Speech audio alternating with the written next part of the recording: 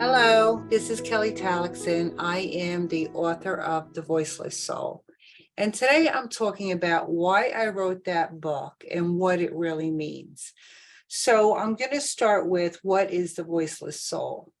The voiceless soul is who we are inside of us that is holding on to feelings, thoughts, and emotions that have never been expressed. And the reason why they weren't expressed is we were either too young, didn't have the cognitive ability, or we went into what's called survival mode. And when we're in survival mode, mostly as children, all cognitive function, our ability to make logic at what's going on around us, shuts down. So whatever we're feeling emotionally through some kind of emotional crisis, that gets shut down as well. So when it gets shut down because we couldn't process the emotions or we were too overwhelmed by the emotions, losing our ability to make any kind of logic out of it, these emotions get buried deep within us like energy. And it's held in the body like an energetic force. That energetic force is actually part of our soul. So our soul is the expression of ourselves. And as children, usually we cannot express ourselves. Either we didn't have the words, or we were afraid to, or we went into what's called a crisis and we couldn't get the words out. So where does this energy go? Because words, thoughts, and feelings are energy. It gets buried deep within us. So the voiceless soul are those emotions that are trapped in the body that have not been processed fully. So which means they actually remain active in your unconscious mind as thought forms, and then they have this energetic force to it, which is the emotions. And what happens is, as adults, we get triggered. Something reminds us of that pain we didn't process. And even though we still don't have the logic around it or the full story around it, the body's responding automatically. It's like called a knee-jerk reaction. So we're reacting to something within us. And the reason I wrote the book was because I work with clients through working with their soul energy, which means I'm working with the parts of them that they suppressed, the parts of them that needed expression and never got the expression. So these are really emotions and feelings and thoughts that are still lingering in their minds and body, right down to their soul, and causing them later in life to not really know they're there, but to react to them in a knee-jerk way where their behavior becomes reactive instead of being able to respond to certain situations. And as I was working with more and more clients, and I've been doing this for many years, I realized that so many of us have all of these suppressed emotions, and most of them go back to deep feelings of unworthiness. And in the book, The Voiceless Soul, I refer to this as the unworthiness trap. And what the unworthiness trap is, us coming into the world, looking for love, needing acceptance, needing to know we belong, and we need to feel validated and significant.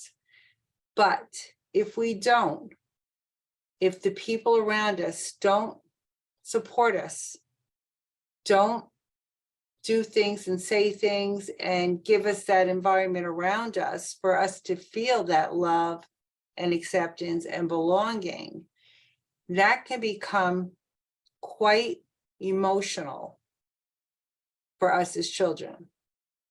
And since we don't have the wisdom or knowledge or resources or coping mechanisms to deal with that pain, we have to suppress it. And then it never gets fully processed.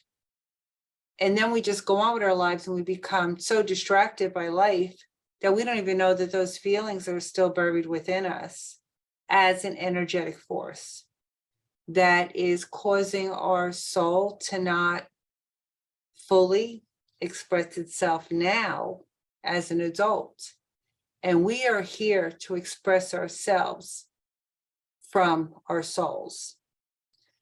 And then when we have this energetic force of negative energy in our soul, it causes us to react at times negatively to the world and to ourselves and to others.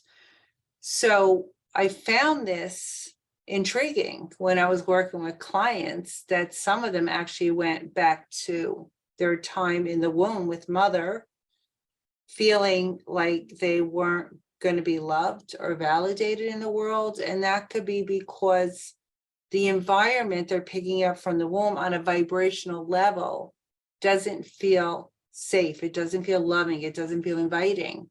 And not because it wasn't, it could be because mother was going through something and the child is picking up on mother's energy, or the child's picking up on mother's environment. It doesn't mean mother doesn't want them, but the mother may be stressed because of their environment, causing the child to interpret the energy as fear instead of love, which makes them believe that coming into the world is a fearful place.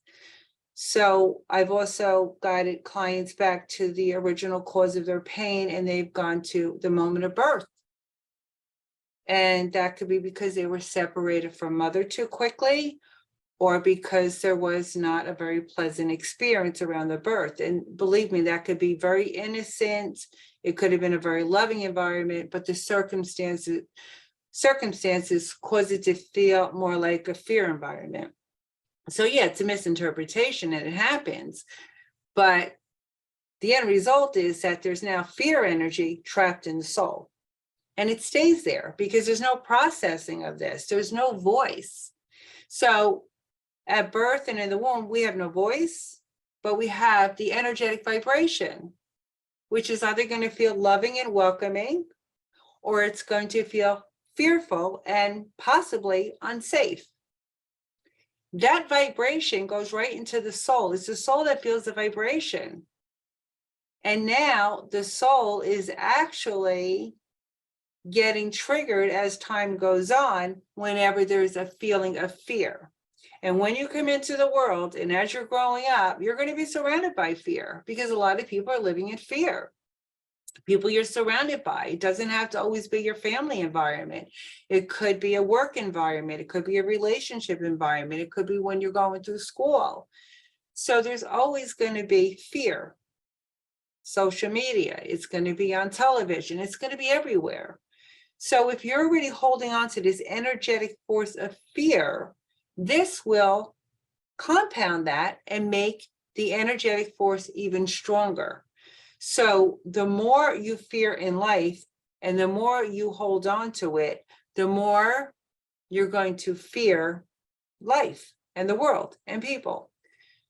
Now, what happens is when I work with clients, what I'm doing is taking them back to the root cause to change their perception about what they were experiencing by explaining to them while they're in that child part. And it's not only me explaining, it's coming from their adult self, their wise adult selves explaining to their own inner child while they're doing this work, to let them know that what was happening around them has nothing to do with them. They are still loved. They are lovable, that they are in a safe environment. It just didn't feel that way at the time. So what happens is that energy that's trapped, even though it could be trapped before you had a voice, the adult is now giving a voice to that vibration, that feeling inside. So the voiceless soul is everything that we hold inside of us that has not been expressed, but it's still working through us, through our soul, and it's affecting the way we see the world and ourselves and others.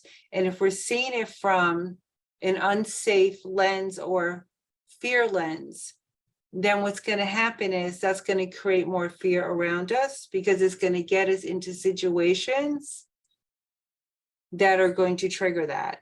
And then we're not going to be able to control the fear anymore. So we need to sometimes go to where that started, where we didn't have that voice or we couldn't express ourselves. So the energy is trapped in the body. And it could even show up later as such an energetic force where there's pain in that part of the body where we're holding it. So even when I ask clients, where do you hold that energy in your body? If they tell me the emotion is anger, they might say their stomach, they might say their back. A lot of people say, in their head. But wherever they're holding it, it could cause a lot of pain later on, because the energy just keeps getting triggered. And every time it gets triggered, that energetic force becomes stronger, to the point where you're trying to raise your frequency, because you're a wise adult self now. You've done some deep spiritual work. You've done some self-exploration, and you want to vibrate higher from your soul so you can really tap into the truth of who you are. There still might be trapped energy there, the unworthiness trap, where you're still holding on to emotions from the past. So what this book does, it explains human behavior and what it does to the soul. Because the soul comes in as a pure light being, always is a pure light being in its highest frequency. But the soul might have energetic imprints of fear energy trapped in the soul that keeps getting triggered through your lifetime. And when you do deep soul level healing, which is a technique that I created based on everything I've learned from human behavior and the soul and through my clients, that when you do that soul level healing, you reframe it, you change your perception, you come to that safe place again. You can't be triggered anymore. And it's really difficult to live in a world that's got so much fear and then to get triggered by it, because it's going to be there. And I think a lot of us already know that when you watch things on the news, they repeat the same thing over and over and over again. And it's a fearful thing. They're basically hypnotizing you into that fear. But if you come from a high frequency and you've went into those imprints from a long time ago that caused you fear in your soul, and you start healing those, you can raise that part of you, that vibration. So once you start doing that deep inner work, you no longer have fear imprints. So you don't have a part of you vibrating low and then another part of you that became wise and grown up and vibrating high, because then you're just in conflict with yourself. So if you want to really raise the vibration of all of you and really come back into this divine truth of who you really are, sometimes it takes doing soul level healing work, which means you're giving a voice to the parts of you that have never been expressed.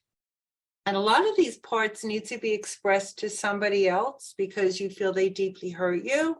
And that can be done in soul level healing, whether that person is human being in a body still, or whether they've left their body. It doesn't matter, because in soul level healing work, you're only working with the soul energy. And all of us as souls are connected. So you can actually speak to another person's soul and really tap into what caused them to act the way they acted, which caused you to feel bad about who you are. And what you're going to find out in soul level healing work is they were coming from a deep place of pain. You're also going to find out in soul level healing work is a lot of times you were holding the pain inside because you felt unworthy of the world. Now, Once you realize that the people that cause you to feel the way you feel are just human beings, also with their own fear soul imprints that are being projected onto you. And when you actually do soul level healing work, you get to see or feel or sense or somehow know what those imprints are of the other person. And once you realize that they were actually coming from this really deep pain and they weren't trying to hurt you, it allows you to let go of your pain, anger, and resentment toward them or toward yourself, because you realize the situation now that you couldn't understand as a child.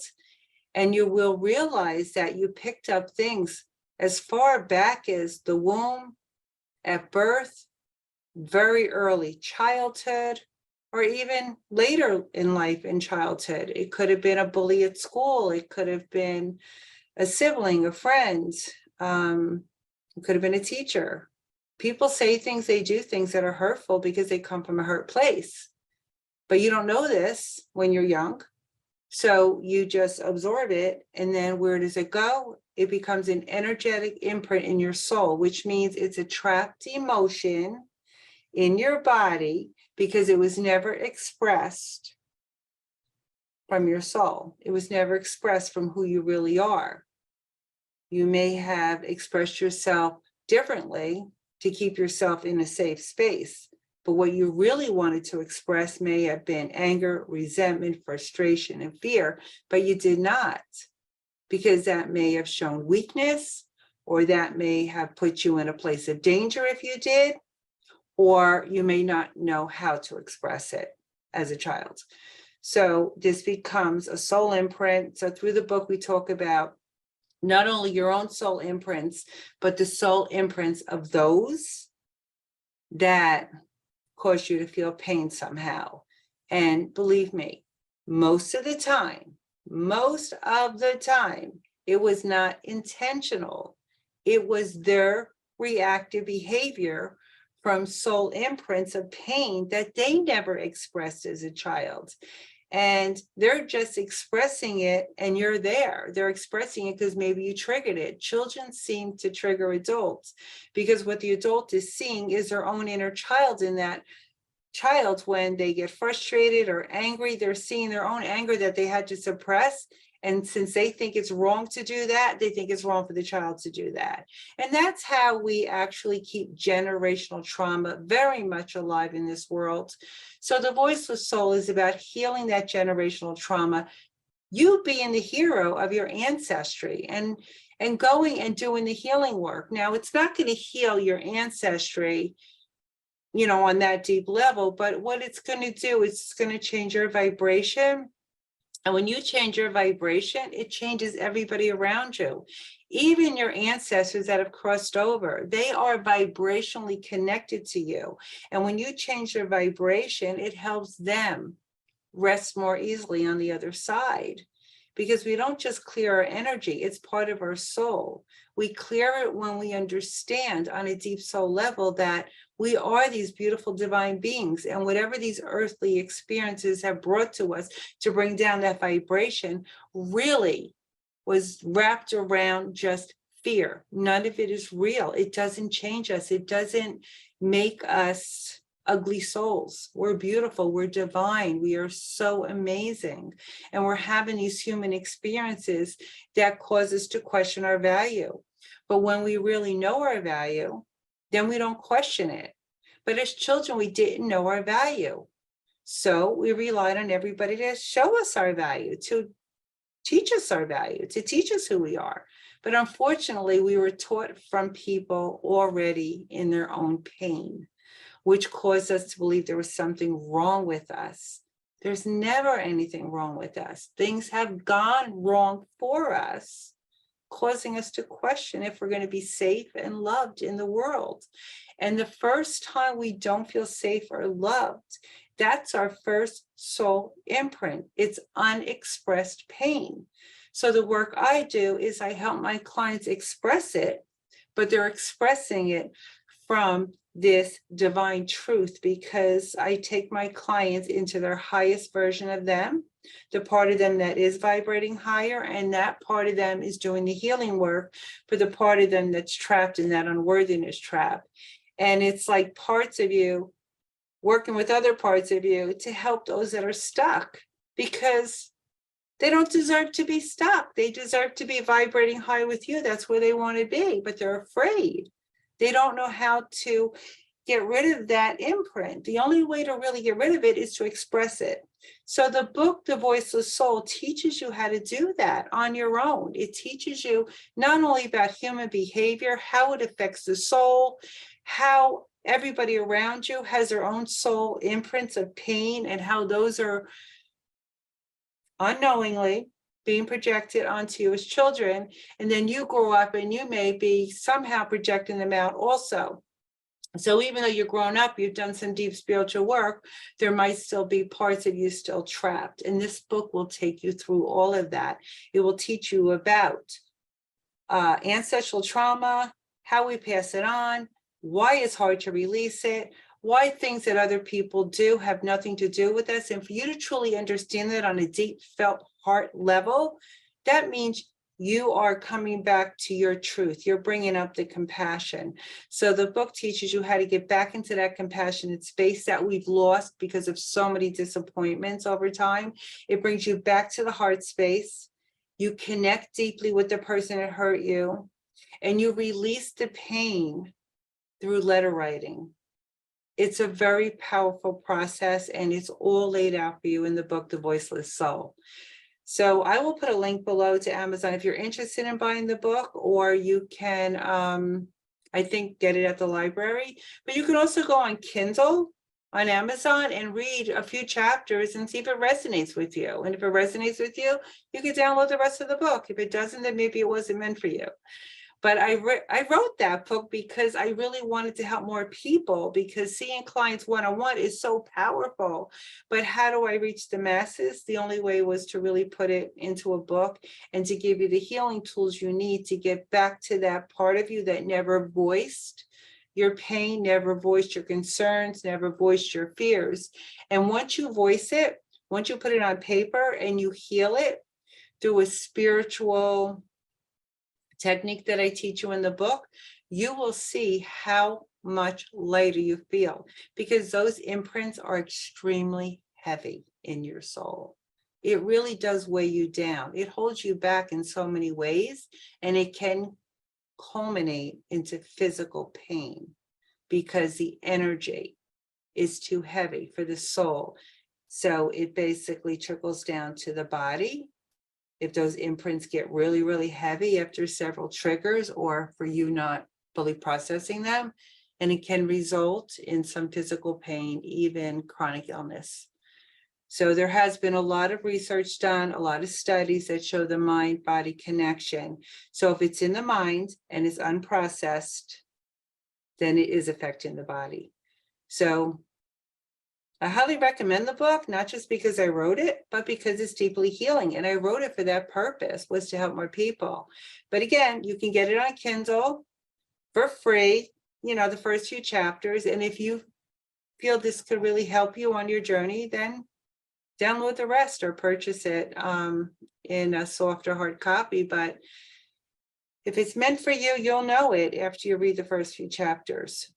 So I hope this was helpful, but I did want to explain what the Voiceless Soul was, because I know people might read the title and think something differently, but it's really about you connecting with your deep soul energy and loving and honor who you are as a light being in this physical body, having this physical journey, and dealing with all of the disappointments and being able to work through them so you can start getting into those layers of pain and start clearing them out. And so you can vibrate higher. I know you already are, because I know we're all in this deep spiritual path, but there's parts of you that might be trapped and they can't vibrate higher until you bring in the healing that they need. And you're going to do that from your high vibrational parts of you. So it's deep, powerful work. Okay. And I am seeing clients on Zoom. If you want to do that work one-on-one with me on Zoom, I can now do it on Zoom. It is still powerful, even though it's not in person. I've done them At the beginning, I was skeptical because it's, very deep work. It's very personal. We do go into some heavy pain from the past, but it's done at such a high level of love that you won't really feel pain. You'll feel relief. That's guaranteed. Okay. So if you're interested in that, you can reach out to me at kelly@heartwisdom.info, which I'll also link below. Okay. I enjoyed sharing this with you and I hope it was helpful. So I do wish you a very beautiful journey going forward. Many blessings.